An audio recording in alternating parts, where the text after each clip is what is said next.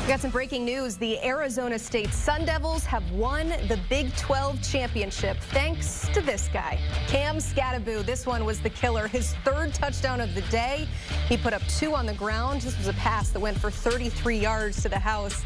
And just like that, Arizona State wins the Big 12 championship. Skattebo, which is a name that if you don't already know, you will get to know. He put up a final stat line of 170 yards rushing on 16 carries. The Sun Devils conquer the Big 12 in their first season in the conference.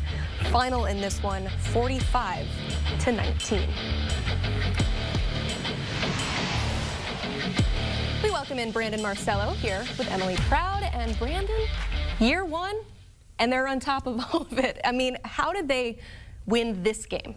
Well, they just beat up Iowa State in the trenches. Skattebo just did what he does. And if you haven't been watching Arizona State this season, yes, they can throw the ball. Sam Leavitt, the quarterback, has been very proficient.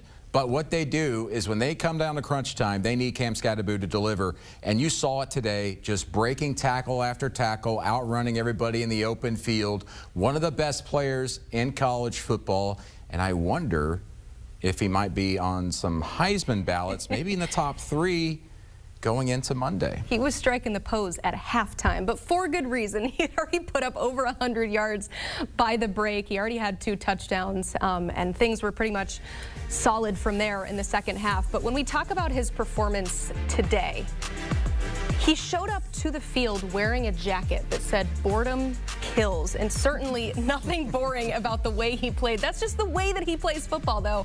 How was he able, though, to kill this Iowa State defense? I mean, 140 yards before halftime is incredible. But listen, he just broke tackles. He ran guys over. He had one touchdown around a long run where he broke at least 5 tackles. This guy is just incredible. And I think if you want to compare him to anybody out there in college football right now, look no further than Ashton Jeanty. They both have similar running styles. They just can bowl guys over. They can run in the open field very well. Love his vision, and he's a veteran. This is a guy that has played at multiple levels of college football, Sacramento State previously. He has that it factor. And Emily, we're seeing right now this championship weekend that if you can run the ball, you can win games. 5 of the top 13 rushing offenses in college football are playing on championship weekend, and there's a reason for that. Running the ball wins championships. Yeah, but the old adage is defense wins championships, and we saw a lot of that too, though, from the Sun Devils. 3 turnovers in that second half, 3 on 3 straight drives, which was pretty impressive. I know Kenny Dillingham was really excited about that after that third quarter.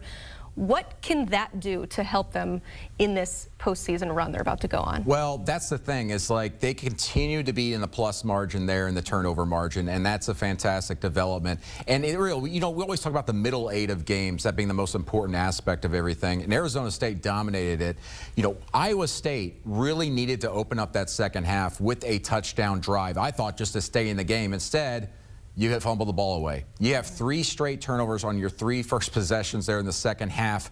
You're just not going to be in the game if you do that type of stuff, especially against a team that can run the ball as effectively as Arizona State.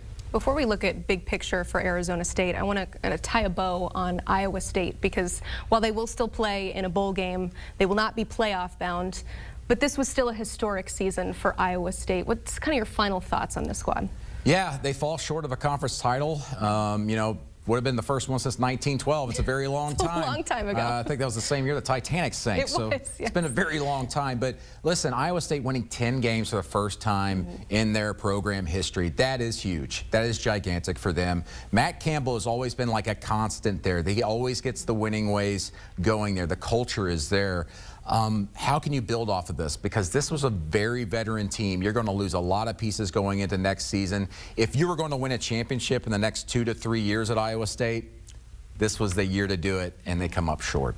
There's so much potential, though, in the Big 12 now, where we're going to see who the new powers would be. So potentially this could be an opportunity for Iowa State. But Arizona State coming off back-to-back 3-win seasons. Kenny Dillingham is a part of one of those, but comes in this season and does what he did. How was he able to pull off the miraculous comeback that they had this year? I know Kenny very well. I covered him as a beat writer at Auburn for quite some time. This guy just gets it, and he is not afraid to let everything out in the wind. You saw that 4th and 1 call there early on his own 34-yard line. They throw the ball. you're thinking, what are they thinking? Why that play call? But that's just what he does, and he always gambles and seems to win. Some guys just have that. The players believe in him, and he's a heck of a schemer. This guy can scheme up offenses against great defenses and win most of the time. I love the way he calls games. I love the way he's got those players buying into everything. And listen, real quick, I mean, Jaden Rashada, the quarterback, left this program in the offseason. We're all sitting there going, yeah, that's why we're picking Arizona State last in the Big 12. Sam Levitt steps in and has just been nothing but proficient. What a job by Kenny Dillingham. And today locked up for me, Coach of the Year nationally. Wow. There's a lot of competition for that award, but let's hit our player of the game, sponsored by Belfour Property Restoration. I think I can guess who it is, but say it out loud. Skattebo. Yes. Just skit-scatting around that field. I don't know what I'm saying right there. But listen, this guy just does it every single week. And he's had to do it also a little bit hampered with injuries a little bit at times. He just runs guys over. And that is a huge thing going into the playoff because they're going to face some tremendous defensive lines there. I'm interested to see where the committee puts them and who they have to face off in the first round, or maybe they get a first round bye. But Skattebo is the engine for this team. If he can stay healthy, which, listen, even when he's injured, he's still running hard. This team has a chance to maybe make a run in the playoff. And if you, again, I just don't think enough people in college football have watched Arizona State enough this year. This has been coming. They're on a 6-7 game winning streak going into this playoff. Keep your eyes on them. This is a team that is legit. If you want him to stay healthy, a bye would certainly help, which we'll talk about scenarios coming up after the break. But I think we're going with Skattebo, right? If he doesn't already have that on lock when it comes to NIL, I'm buying those T-shirts for the postseason. I've heard boom enough on TikTok. What are those? What's that guy? AJ Big, whatever that is. Oh my gosh. So old. I was not expecting that reference here on the show, but that's what makes Championship Saturday so exciting. As a reminder, Arizona State winning the Big 12 in their first season in the conference. They become the first team to do that since, well, Army last night. It does happen sometimes, but man, first time in the Big 12 since Texas back in 1996, and they were picked to finish last in the preseason poll. Shows you what we know. Exactly.